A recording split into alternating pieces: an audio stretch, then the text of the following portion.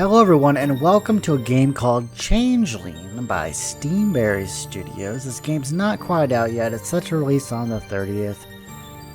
But it seemed kind of cool. Up and coming indie developers. They were nice enough to ask me to cover the game and I'm like, sure. More than happy to. Right off the bat, I like the artwork. The artwork looks really cool. Some stats I've seen that they posted was that it's going to have about 40 different endings to the game and about 700,000 words. So it's, it's decently lengthy, I suppose. Of course, the amount of words doesn't mean the game is necessarily good, but that's fine. First name, Nora. No, we're not doing Nora. At least we know it's a woman. Holly is our name. Last name, Holly. Holly Lewis. Holly Oak. Holly Oak. Now the story begins, as it were. I like the music so far. It's really nice, very calm.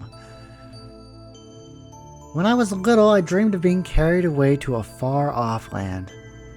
It was a recurring dream of flying through the air, surrounded by softly singing voices. Back then, I read book after book of old fairy tales in my grandmother's study. The kind where good children didn't always make it out of the dark swamp unscathed, and sometimes the goblins won. During the day, I would run through the forest by our house and pretend the stories were real. Every tree was a sentinel watching over me, and rustling leaves were the sweet whispers of fairies coaxing me further and further from the house. Then it all crumbled. Trees and games had to be left behind. Books were left to gather dust on shelves, and dreams were left to fade into memory.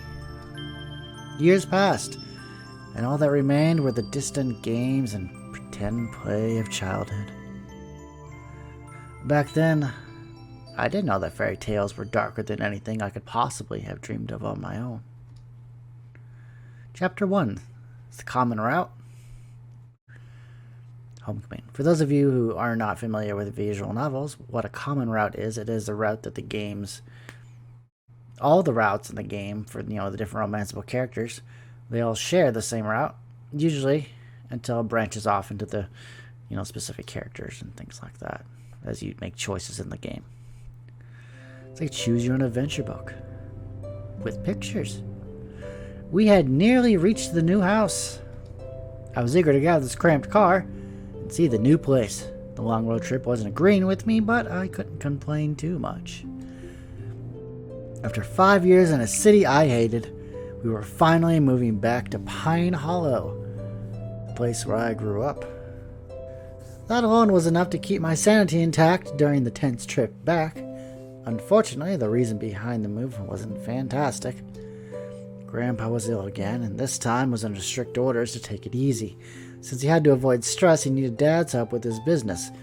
Of course, he didn't think so, But Grandma was adamant, get help or retire. So we were on our way back so Dad could take over, in theory anyway, not that Grandpa would let him. In any case, Dad wasn't too happy about leaving his current job or our house in the city behind, much less move back across state lines to our previous home. I was, though. I missed Grandma and Grandpa. I missed the trees and the looming embrace of the mountains that made Pine Hollow feel enclosed and protected. I missed my best friend. What I wouldn't miss was the stifling humidity of the city, the constant smell of hot rubber and car exhaust. Not to mention the lack of stars, and the way rain made everything smell like rust instead of warm earth. It wasn't all terrible. The parks were pretty, and being nearer to the water had been fun. School hadn't been awful, and I was hardly the loner girl skulking in the corners. I'd had friends, and I would miss them. But Allie wasn't just a friend, she was practically family. No one in the city could compare with that. And now the city had never really felt like home. I smiled slightly at the scenery beyond the car windows. It became more and more familiar. My tiredness faded to excitement. This new house isn't that far from the old one, is it? Well, they're only a few miles apart. This one's in a different neighborhood, though. Lots of trees, very wooded. I think you two will really like it after we get settled in. I like that everyone has a sprite. Like, that's really nice. Dad said that, but from the look on Spencer's face, I didn't think it was true. Well, not for him anyway. Dad pointed to a small forested mountain a few miles ahead. The neighborhood is nestled right at the foot there and winds up the slope. It feels rural, but it's within walking distance of the town square. I was glad that it didn't look like much development had happened in the years we'd been gone. In fact, it didn't look like much had changed at all. So much forest, I almost forgot what it was like. Looks easy to get lost in. I gave him a sharp look and found him staring at me in that disquieting way he'd picked up over the last few years. He was already trying to start a fight about that. I quickly looked away, unwilling to give him the satisfaction. Another thing I missed was me and Spencer being close, like everyone seemed to think twins ought to be. But I didn't think that just moving back to Pine Hollow was going to fix that, though. Not with jobs like that aimed at me, anyway. Let it go already. No one is going to get lost, and I want both of you to give me your word you'll be careful in the forest. I don't want to have to ban you from hiking. Ugh, and now Mama's starting it too. I slumped back in the seat, watching the kaleidoscope of fall colors slide past. Now, I had expected that issue to be brought up now that we were moving back, but I hadn't expected to start getting lectured before we even reached the new house. The realtor said there are trails. But you know, that probably means animal trails, not actual hiking trails. It can be dangerous if you aren't careful. Why would a realtor tell you about animal trails? Obviously, they're talking about hiking trails. We're not little kids anymore. There are lots of coyotes here, and cougars. Even bears. There's also a pretty deep ravine in the woods behind the house, from what I understand. We just want to make sure everyone stays safe. Now that we're back, we don't want... Jeez, it's been 5 years.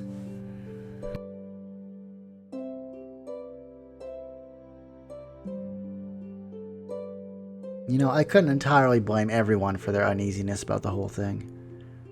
The disappearance 5 years ago. My disappearance 5 years ago was the reason we moved in the first place. Not just the disappearance itself, though I had been gone for more than a week, and that had definitely caused some drama. But there was the issue of how I just showed back up, and the other things that happened around that time. 5 years later, my family was still shadowed by the repercussions of what happened back then. Of course I wanted them to move on. Everything back then had been my fault. Not just the drama the family had endured as a whole, but also what happened to Spencer. Those weren't wounds that could just heal overnight. Not the emotional ones anyway, not the physical ones, and definitely not the ones inflicted on our relationship. And no amount of apologizing had really ever helped. Dad turned onto a quiet street that wound its way up into the trees. A few rooftops poked through the foliage. It was a great neighborhood that reminded me of Little, where we lived before. The sweetness of nostalgia helped wash away some of the lingering bitterness from the previous conversation. I loved the place from the moment we turned onto the street and passed over a trickling creek that just vanished into the woods. Down at the foot of the mountains and within walking distance of the houses was the main street of the town, filled with little shops and restaurants, and with the neighborhood, hidden behind a thick wall of trees and curled around the mountainside, felt secluded and quiet. It was beautiful and perfect. Holly, go check the boxes up in your room to make sure that the right one's there. I'll let you unpack your things first, then I want you downstairs to help in the kitchen. Spencer, same for you. Movers had already arranged most of the furniture in the house under Grandma's supervision, but the boxes with the smaller items and personal belongings still needed unpacking. Since you're taking care of Grandma... Since she had to take care of Grandpa, Grandma couldn't do much more than tell them where to put the furniture and tried to get the basics set up for us. And we still had a ton of work to do. Mom immediately busied herself trying to hang curtains and make the house look lived in. Dad started ripping into boxes in the family room. Spencer vanished upstairs. I left Mom in the kitchen and went to take a look at the rest of downstairs. This house is really great. It's really nice and clean. I'm glad you like it, honey. And it wasn't new, but had been renovated inside.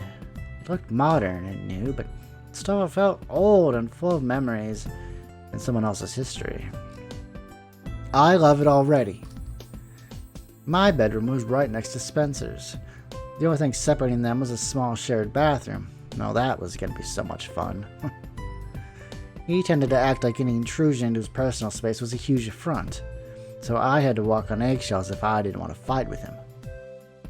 I could only begin to imagine his whining by having to share counter space with all my icky girly things, like a hairbrush and hand lotion, those girly things. The horror! That aside, my room was pretty nice, I suppose. Look, I even got a little canvas there. It was bright and airy, and I loved seeing my things already put exactly where I'd have put them anyway. Looks like Grandma even got my bed ready. How sweet. Aw. Gotta love Grandma. All I had to do was unpack the rest of my personal stuff. I started with my school things, pulling the tape off of one box to get at what was inside. Suddenly, the door to my side of the bathroom burst open. Oh my god, Spencer stalked in, dropping a dusty box on my clean bedspread. Ooh, why would you do that? You could have at least knocked. They gave me one of yours. Don't pick a fight. Come on, stay calm. Jesus. I moved the box to the floor without saying anything, and Spencer started to leave. Hang on, let me make sure I don't have any of yours. However, he didn't have a habit of bursting in. I'm sorry, hopefully he didn't make a habit of bursting in. Being my twin brother didn't mean he got to invade my privacy whenever he wanted. Especially since he'd have an aneurysm if I'd slammed into his room that way. I quickly sorted through the boxes to see if any of his were lurking in my room. Sure enough, I found one with his name clearly scrawled on the top. Here, I think it's one of some of your clothes. Want me to go, drop it on your bed? I nudged the box toward him with my foot. He scowled at me before picking it up and stalking back to his room. Jesus. The door on his side of the bathroom slammed shut. Man, what is his problem? I'll never understand, man. Yeah, you're welcome. Whatever. Felt like every interaction with him was like that lately. It's worse than ever, actually. Must be them hormones they're talking about in health class. But then he wasn't likely to forget his negative memories of Pine Hollow soon, and I was pretty sure he was just annoyed by the fact I was happy to be back. Which meant taking it out on me, of course. He never loved this place the way I had anyway, so he wasn't really inclined to overlook the bad memories in the first place.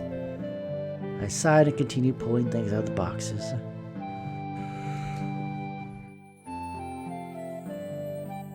Patience. It was just hard to have all this stuff stirred up again, I mean, even if I accepted responsibility for what happened back then, I didn't think it meant I also had to sentence myself to guilt and misery forever. That doesn't seem right. Not for something that happened to me when I was 12. Something I couldn't even remember. I left my boxes on the floor and went to peer out the window. I pressed my head against the glass, watching the trees sway slightly in the fall breeze. It was probably stupid to say I felt more complete in this town. At a glance, it looked like dozens of others you could find scattered throughout the area. It was beautiful and sunny sometimes, and others, it was really eerie. There were days when the clouds hung low over the mountains. The fog was super thick through the trees, and you could almost imagine it was haunted.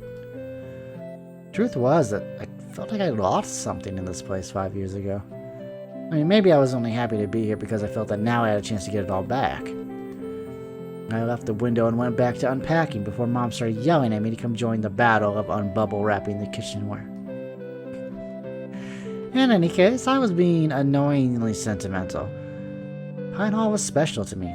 Maybe, but it wasn't special in general. It was one of those little towns with more urban legends than any reasonable person could count. Hundreds of stories about creepy happenings in the woods. And for every one of them, no matter how unlikely, there were dozens of people willing to believe it. That's probably why people were so quick to leave on the oddities of my disappearances. They weren't really even that odd, at least I didn't think so.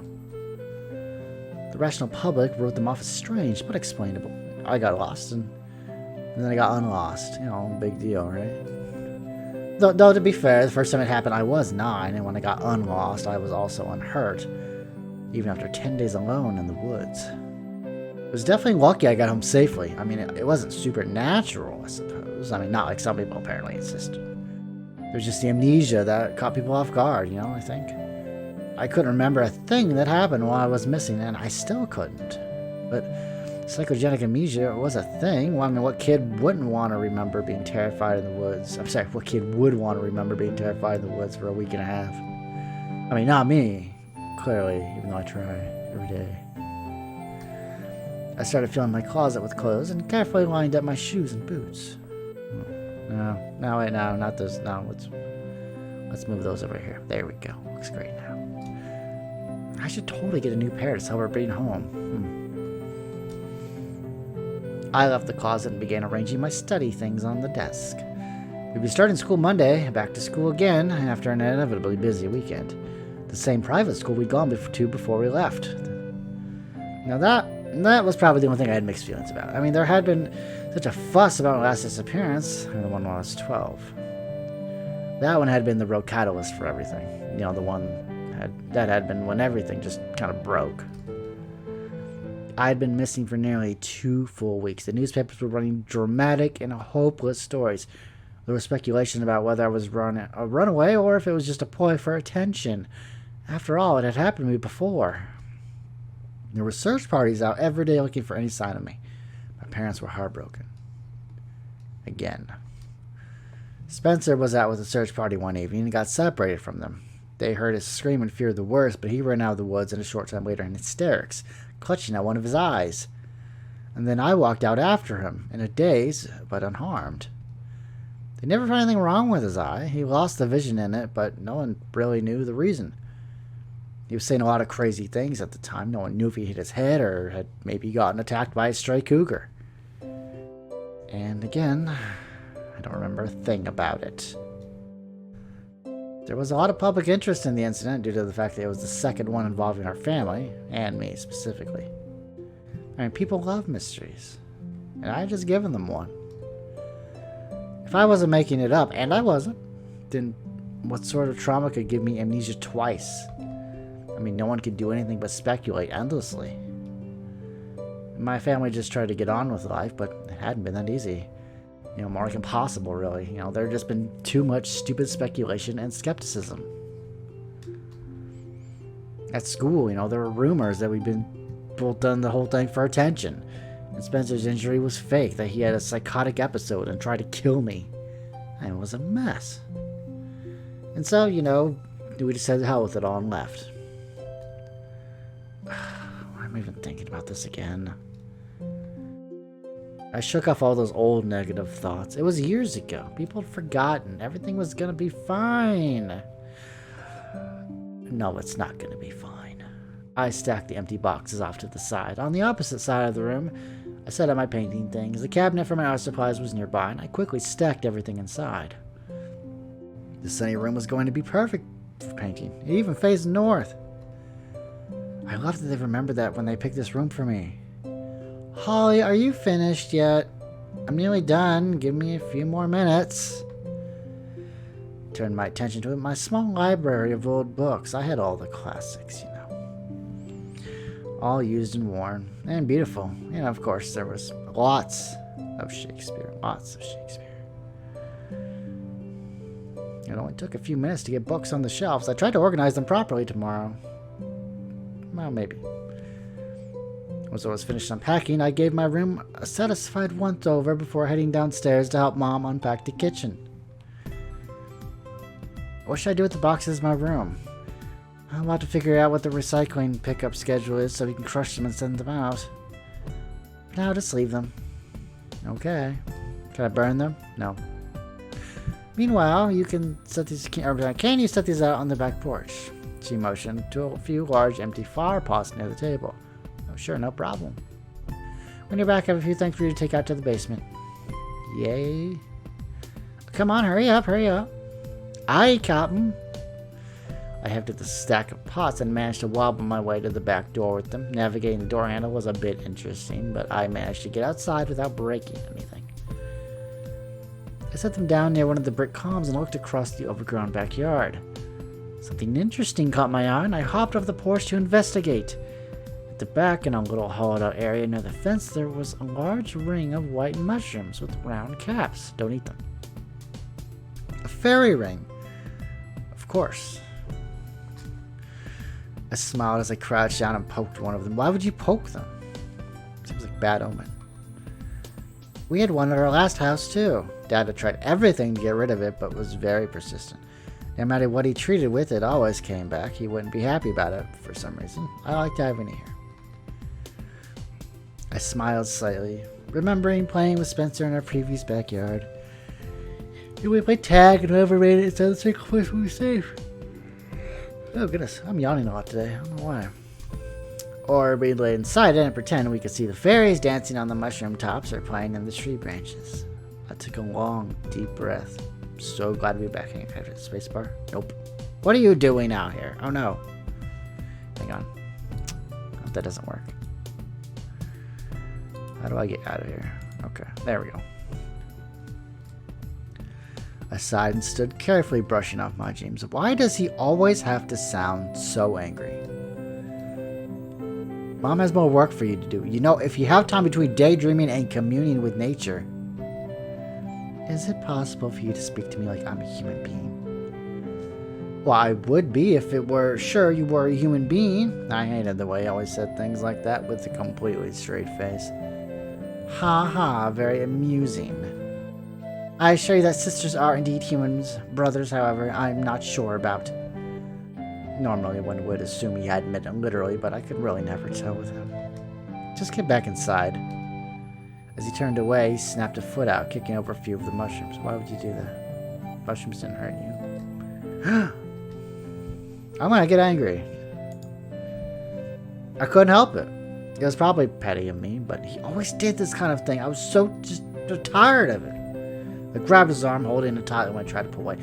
Why do you always do things like that? Who cares? They're just mushrooms. What's your problem? You are. You don't have to lash out at me at things just because I like them. He opened his mouth as if to respond, but didn't quite get it out. What are you two doing out there? Quit fighting and get back in here and help. God, you're all so useless. Spencer yanked his arm out of my grasp and narrowing his eyes. Don't touch me. His angry hiss echoed in my head as I watched him stalk back inside. I looked down at the crumbled mushrooms lying in broken bits on the grass. Well, they'd grow back. They always do. It was stupid to care. I hated seeing something pretty messed up for a stupid reason. I just hated that he had to ruin everything like some kind of creepy assassin of joy. I shoved my hands in my pockets and headed back inside. There was a quiet rustle of dried leaves behind me as I glanced back, and there was nothing there. That's probably a squirrel or something.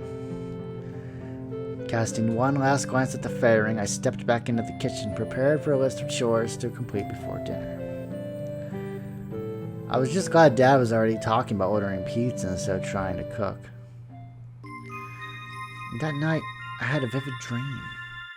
In it was the sense I was looking for something and that I had to find my way home. There were tall trees draped in emerald moss and groping branches that reached to the sun. There was a faint singing, childish voices, words I couldn't make out. It was a dream that left the taste and smell of warm, wet earth in my mouth as I woke. The smell quickly faded and was replaced by that of bacon and eggs as sunlight warmed my eyelids, beckoning me to wake up. I like that. I rolled over and snuggled deep into my blankets. Mom was already up. I could hear her downstairs talking to Dad as she cooked breakfast. The prickle of sunlight against my eyelids coaxed me out of my sleep and warmed my face. Holly, I know you want to sleep in, but we still have a lot of unpacking to do. I'm up. Well, kind of. The last remnants of my dream faded as I staggered out of bed and into my closet to rummage for something to wear. It was a dream I had many times, though not for a while. With that sense of having to get home, I assumed it was a dream from when I'd gotten lost in the woods, from when I'd gotten spirited away, as my grandmother always called it. Being back must have been dredging up some of the old feelings from back then. I glanced towards my half-opened curtains. It's a bit chilly this morning. I should probably find something warm. This far north, I always felt like summer simply stopped, abruptly giving way to instant autumn. Yesterday, when we had arrived, it had been sunny with a hint of chill, but I was betting this morning were pretty cold. Hey, Mom said to stop fooling around and get your butt downstairs. And I jumped out of my skin when he walked into my room. In response, I snatched his stray sock and threw it his way. I'm getting dressed, you creep. Then shut the door. Fine. I marched across the room to slam the door in Spencer's face. I threw my clothes on and wrinkled my curly hair into some semblance of a ponytail. Not exactly the height of stylishness, but we still had unpacking to do, and Mom could be a slave driver, I swear. Function over fashion, or whatever. I got downstairs in time to see Mom setting up plates. Nice. First breakfast in that new house. Wow, you really went all out. Bacon, eggs, even pancakes, and glorious coffee. Dad walked by munching on something, and Mom scowled at him. Sit at the table if you want to eat. I'm too busy. Too busy. He reached out for another piece of bacon, but she slapped his hand. He just grinned at her. As soon as she turned away, he grabbed the bacon and shoved it in his mouth and then fled the room. I rolled my eyes at them and was just about to sit when Mom yanked my breakfast away ruthlessly. What? Uh-huh. She pointed to several garbage bags in a box by the door. Can't wait till after breakfast? Uh-oh. You said you'd take them out last night, and you didn't. The bags go to the bins out front, and the box goes to the tool shed out back. Both of them before breakfast. Mom, I'm hungry. I crave sustenance. I crave it. I make sad, whining noises and just pawed at her for my plate. Nah, she wasn't buying it. Spencer swung by the table and took my plate out of her hand, snatching a slice of bacon off of it and shoving it into his mouth. Rude. Like father and like son, I suppose. Thanks, Mom. It looks delicious. That's mine, just so you know. He sidled past me, holding the plate just out of reach. Oh, there's plenty of food. Take the trash out, then you can eat. You're so mean. All of you. Except the cat. Cat's cool. We don't have a cat, but if we did, it was useless to argue. I already knew that. I sighed and trudged to the door, fumbling with a pair of flip-flops there before picking my poison and heading out. I mean, we had to do them both anyway, right? Let's take the bags out of the bin. I hope you know this is cruel and unusual punishment. To be fair, we did say that we did this last night, so we can't really complain a whole lot, but we're going to try. It's not punishment, just fulfilling obligations. Cruel. I barely got the last word in before the door slammed shut. She was big about obligations and responsibilities, but considering that Dad was much worse, I probably shouldn't complain. I headed down the short drive to where the jumbled bins were sitting just behind the mailboxes. It was a gorgeous, crisp fall morning, chilly, but invigorating. It was a real shame I was going to spend it cleaning and unpacking when I could be contacting Allie to hang out. I mean, we hadn't seen each other in 5 years, so I was really looking forward to catching up. I mean, I just hope I'd at least have time to call her later in the day. I was in the middle of dropping the bags into the green bins when a loud crash, followed by a few desperate curses, came just over the wooden fence. More crashes and what sounded like scattering cans and plastic bottles ensued. We hadn't met the neighbors yet, so I wasn't really sure if I wanted to go poking my nose over the fence, but it sounded like someone was having some major issues over there. No! That was the sound of scattering trash again. I tossed the bags in the bin and slammed the lid shut before taking a peek around the side of the fence. There was a boy about my age, riding several garbage bins and hastily picking up scattered paper and plastics before shoving them in a blue container. Need a hand? Hello. Ah! I'd clearly Man, I wish I could have hair like that. I clearly startled him, and rather a spectacular display, but he jumped nearly a foot in the air and somehow ended up on his butt on the ground. He stared up at me with pale green eyes. Okay, that's weird eyes. He jumped to his feet, snatching a plastic bottle off the grass as he did so. No, I got it. Just gotta pick everything up. He dropped the bottle into the recycling bin, giving me an embarrassed smile. They sort of attacked when I was bringing the trash out. Oh, fair enough. I've waged epic battle with many a trash bin myself. They're a terrible enemy, to be sure. Oh yes, especially the blue ones. Have to watch out for those. You know, they get me every time. We both laugh awkwardly. So, you're one of the new neighbors. Guilty as charged. I'm not quite charitable enough to take the trash out for complete strangers on a Saturday morning. Nice. He gave me a quick look up and down, then immediately turned red again and rubbed the back of his neck as he bent to pick up more of the scattered trash. I mean, you know, it's nice to have someone my age move in instead of just, you know, weird old people or something. Okay, he seemed nice enough. The purple hair was cool. I mean, I didn't mind the piercings either. I grinned slightly. Yeah, no weird old people over here. Oh, by the way, I'm Elliot. I'm Holly. Cool, Holly. I will totally remember that. Holly. He remembered my name to himself a few times. I was trying to memorize it. So, come here often? Awkward silence descended. Introductions were always so weird. Where are you guys moving from? Oh, we're just out of state. We used to live here a few years ago and just came back because my grandfather's sick. Well, I'm sorry to hear that. Well, he's a bit better than he was, so it's okay. But we just wanted to be closer to them because of it. That makes sense. Does it make dollars? Ah! He gave me a sidelong look. That's totally a joke Holly would make. So, starting school from here soon then? I mean, you're still in high school, right? For another year. I'm a senior. Same here! What a coinky-dink. My brother's a senior too. Oh, so you're like twins or something? Yeah. Lucky for you, I'm the nice one though. Oh, so your brother's the evil one. Sadly, yes. Spencer is evil. Oh, cool. Well, I mean, it's not cool that your brother's evil, but it's cool that I lucked out and met the good twin. I mean, I have a stepsister. She's also kind of evil. Ooh, an evil stepsister. That's pretty classic. Between you and me, we should probably make sure they never meet. You know, the world would definitely be in peril. I bent down behind one of the bins to pick up some of the things he hadn't grabbed yet, smiling slightly. Oh, you don't have to do that. Oh, I don't mind at all. I liked him. He had a cute smile. We both have cute smiles. Hey, Mozzie.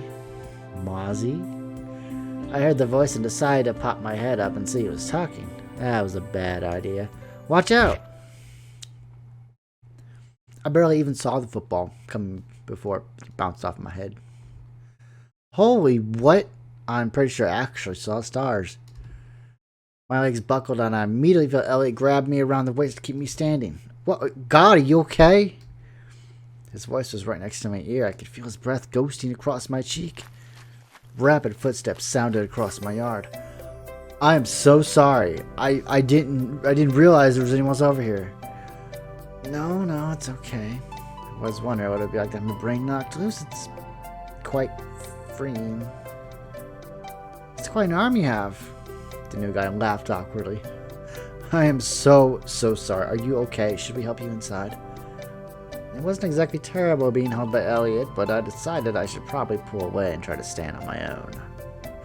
I shook my head, trying to rid myself of the blurred vision. No, I'm good. Awkward silence descended before Elliot laughed nervously. That was kind of amazing. I laughed and then winced and reached the top, touched a bump forming on my head. Oh, let me look. I turned toward him and let him examine my forehead while I stared at his strange eyes. Light green? All guys got yellow. That's not normal.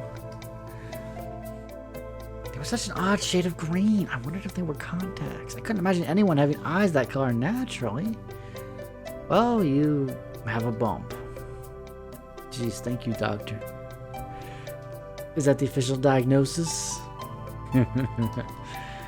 You should go put some ice on it. Man, I feel so sorry. I feel terrible. It's fine, really. Blame it on my utterly bad timing if you want. I'm Danny, by the way, king of terrible first impressions. It's a pleasure to meet you, your majesty, and by the way, Mozzie, really? Oh, that's a dumb nickname. I blame my stepsister. Just ignore it. What are you even doing up this early? I don't usually see you before noon if I don't come over and drag you out of bed. Which is what I was about to do, by the way. A night owl? You could say that. He rubbed the back of his neck again. Cute. He seemed to do that a lot when he was embarrassed. He must be watching a lot of anime. They do that a lot in anime when they're embarrassed. I'm not much of a morning person either. Right? Mornings suck. Too bright, too early.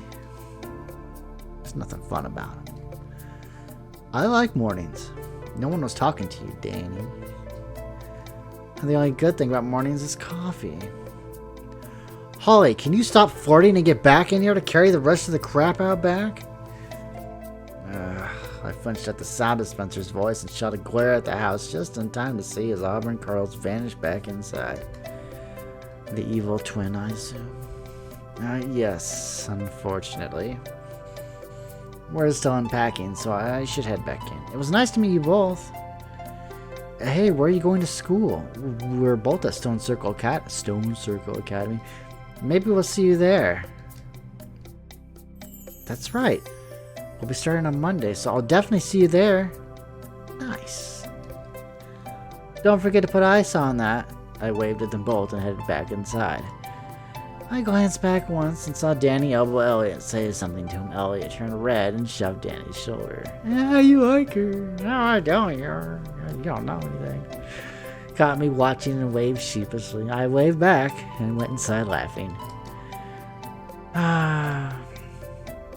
Mom made a bit of a fuss over the bump on my head and insisted on an ice pack while I ate breakfast. But by the time I finished, she was already dictating the list of chores I had to take care of when I was done. It was going to be a long, long day. And I think that will be it for the quick look of Changeling, coming out on the 30th of January. Okay, someone watch this video later. But January 30th is when it comes out.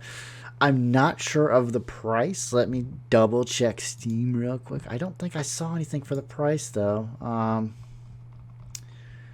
on, give me 1 second. I can't find anything on it. Let me see. See if there's anything. There's no discussions. Of course, there's no discussions.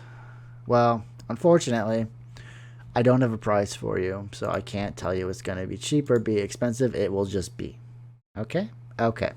Well, that's Changeling by Steamberry Studios. I think that's what I said. So check it out if you're interested.